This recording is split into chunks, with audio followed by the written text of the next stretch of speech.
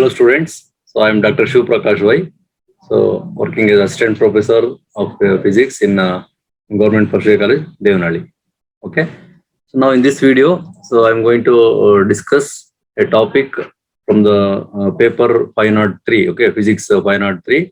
The title of the paper, as you know, Astrophysics, solid state physics and semiconductor physics, okay. So this is actually for the semester 5. And the session is considered as fourth session here. Okay, the topic is covered under the session 4. Okay, the title of the topic is gravitational potential energy of a star. Now, what are the learning objectives in this topic? So, to make the students to understand the concept of gravitational potential energy of stars and gravitational potential energy, or it is also called self energy of a star. So, based on the linear density model. And also you have to understand the statement and explanation of the Virial theorem. Okay. Now, finally, what are the session outcomes, after this video? The students are able to understand the concept of gravitational potential of the stars and the learning of the derivation of the gravitational potential energy or self energy of a star based on the linear density model. That means you are going to derive an expression for gravitational potential energy. And finally, understanding the importance of Virial theorem in estimating the gravitational potential energy of the stars. Okay. Now let me start with the title, Gravitational Potential Energy of a Star using Linear Density Model. Okay, now as you know, first of all, you have to consider how the star is formed. Okay, star is formed always by the individual particles such as hydrogen atoms. Okay, so when they brought together from infinity, so that it forms a mass. Okay, hydrogen mass is formed and conversion of continuous hydrogen into helium due to nuclear fusion reaction. Okay, a star is formed. So, but what is the work done? That is a major concept you have to understand here. The work done in forming a star of a certain mass and radius from the individual particles, such as I told, hydrogen atoms brought from infinity. Okay, a vast cloud of hydrogen gas undergoes slow contraction due to gravitational attraction to form the star. So that is the process of formation of any star. Okay. Now to derive the gravitational potential energy of such a star, so let us consider in general a star, how it is formed and what is the mass and what is the radius, etc. Okay. In this diagram, we can understand that this is the formation of a particular star. Okay, the spherical form, it is considered in the spherical form always. So what is the radius of the star? Let us take it as capital R. R is the radius of the star and M is mass of the star.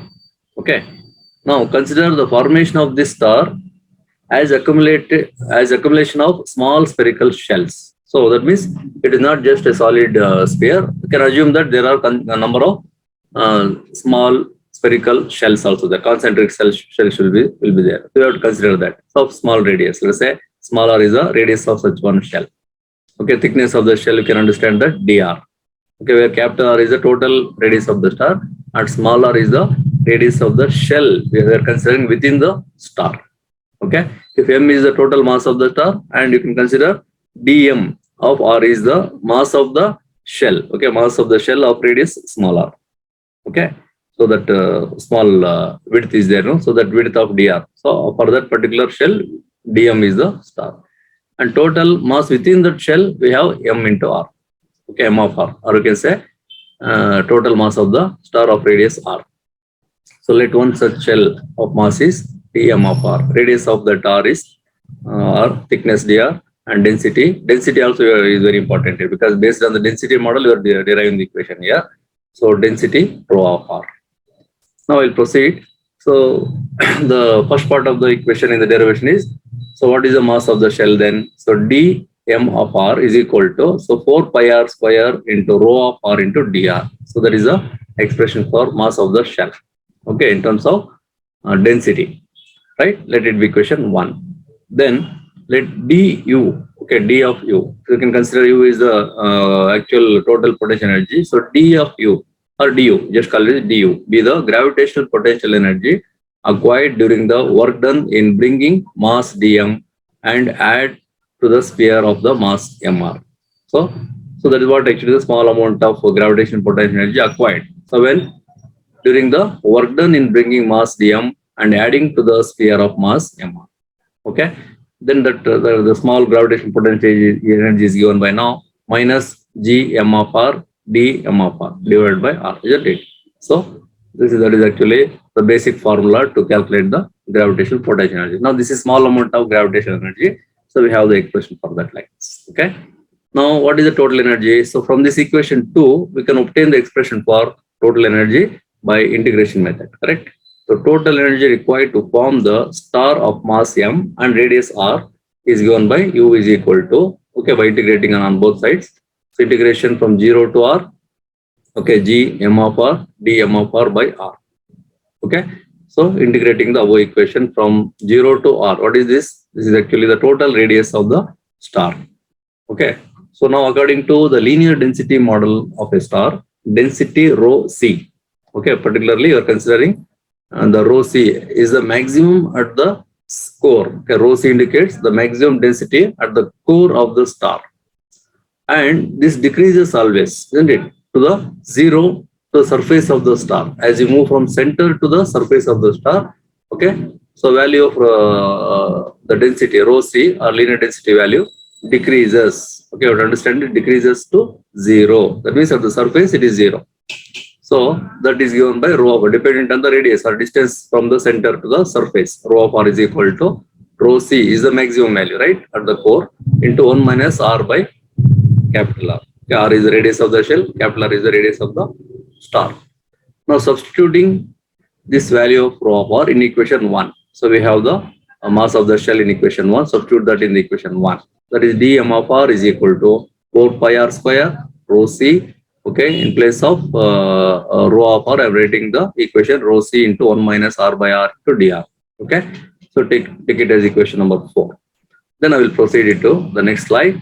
So where the simplification, mathematical simplification is there, So we can integrate it equation now. 4 pi r square rho of c 1 minus r by r into dr. So we just take the constant terms. 4 pi rho c is a constant term. So integrating from 0 to r, we will get r square minus r cube by r into dr. Okay. So this is what the actual integration from 0 to up to the shell radius. Okay, shell radius is small r here. So that you will get after integration, you will get r square is there. So we will get r cube by 3 by part integration, and r to the power of 4 by 4r. Okay. And then, so further simplification is just by taking common terms here, we will get left with 4 by 3 into 4 pi r cube by rho c. So where r cube is taken common here, so left with only 1. R cube by 3 is taken common completely. So 4 by 3 pi r cube rho c, and inside the bracket left with only 1 minus 3r divided by 4r, because r cube is taken common here. So 1r is left here. Okay. So that is equation 5 for you. Next, the total mass m of the star when small r is equal to r. Suppose if I consider the r is extended up to the capital R, then you will get the total mass of the star as m, right? So now you can substitute it as r now in the above equation, r is equal to capital R. You will get the same equation. In place of small r, we should write the capital R for the total mass, right? 4 by 3 pi r cube rho c into 1 minus 3 by 4. Okay. So after, because here r by r is there, no? So once you substitute r is equal to r, so this gets cancelled here. Capital R gets cancelled, left with only 3 by 4. Okay. Then you can simplify it and then multiply to the 4 by 3, left with only by 3 here. Okay. So that is pi r cube rho c by 3. 1 by 3 is left in the simplification, numerical simplification. So next, by rearranging the equation, you'll get the density at the core. So density at the core is equal to now 3m divided by pi r cube. By cross multiplication, you can see here 3m divided by pi r cube. That is equation 6 as a reference for you. Okay. Now let us move to the next slide. Now substituting the value of d m of r and m of r in equation 3. So what you'll get, the gravitational potential energy, because that is basically gravitational potential energy equation, right? Okay. So that equation for you will be now, so minus g into integration of 0 to r. Okay, you can just look back once again. What is the equation for g? See, equation 3 is here. U is equal to minus integration of 0 to r, gm of r, dm of r. I'm just substituting now. So what is dm of r? And then simplifying it. Okay, here. So this equation m of r is there and rho c is there. Just substitute both here. Okay, m of r and density. So that you will get the this substitution part here. Then before integration, you look at the constant terms. So what are the constant terms? 4 pi rho c, 4 pi rho c, isn't it? So square term is there. So rho c into rho c square.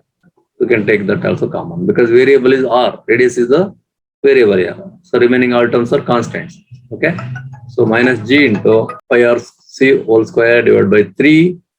Okay. Integration from 0 to r to the power of 4 into 1 minus 3r by 4r and 1 minus r by r into dr. So all the terms are related to the radius only. Okay.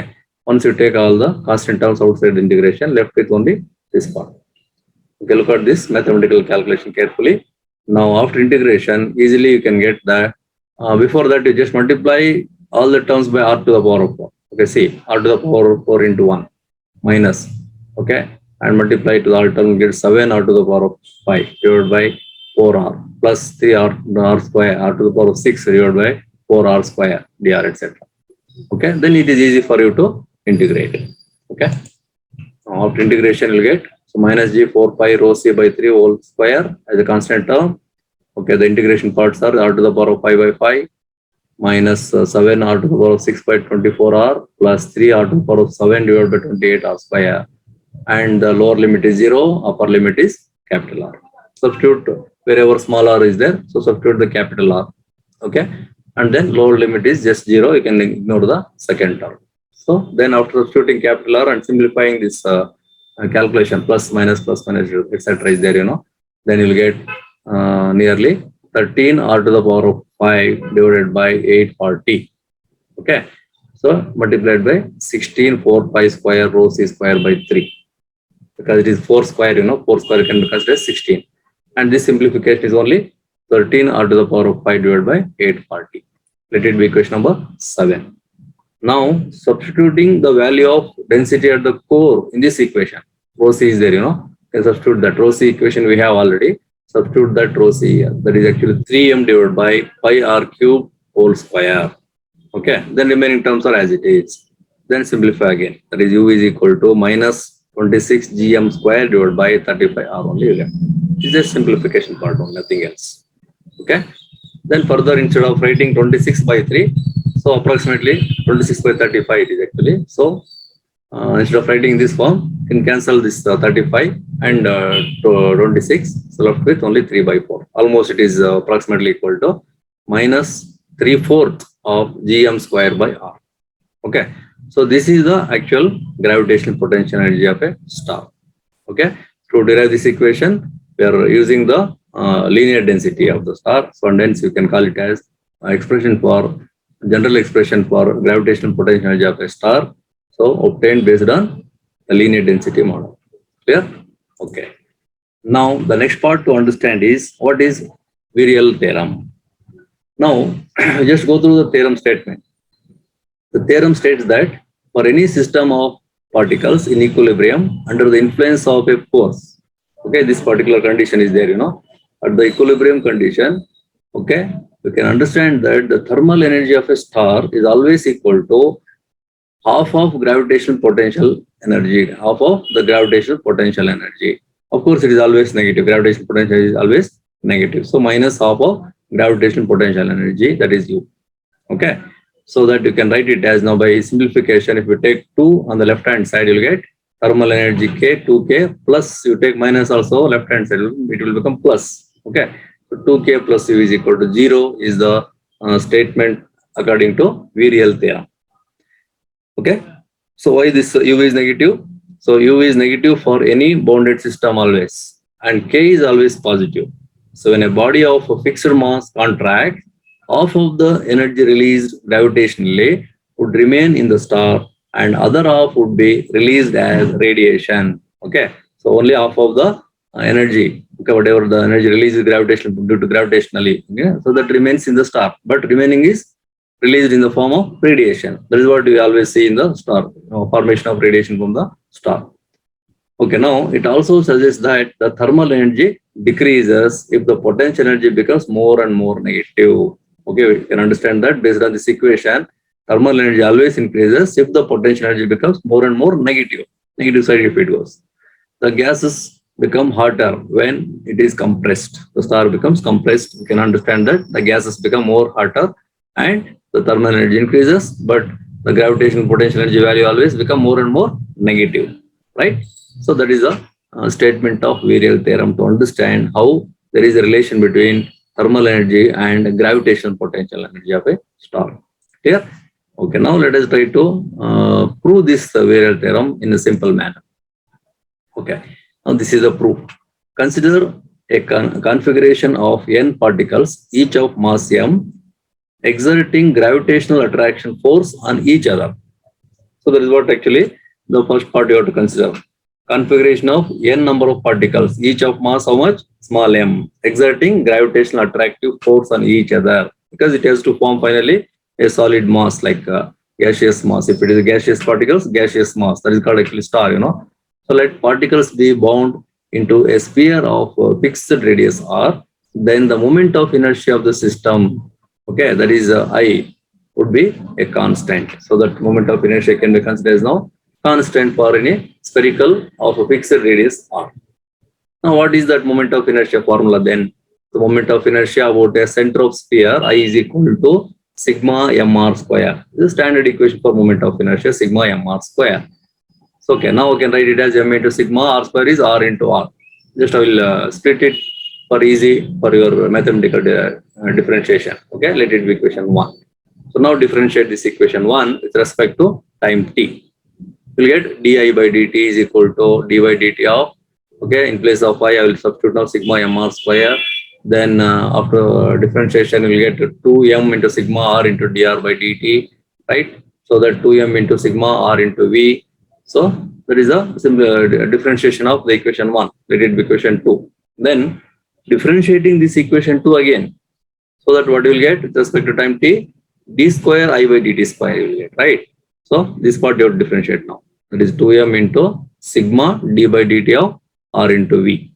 Okay, that is 2m into sigma r dv by dt plus sigma v into dr by dt. How it is obtained? By considering r and v both are actually the variables here. So you have to differentiate by UV factor, okay, differentiation of UV term like that here. So UV in the sense here R into V. So part by part differentiation. R is taken constant first, left it as it is, then differentiate the second term plus. So V is constant, differentiate the second term dr by dt. So this simple differentiation method. Next, that is equal to 2 into sigma r m dv by dt plus 2 into sigma mv. You can substitute now as dr by dt.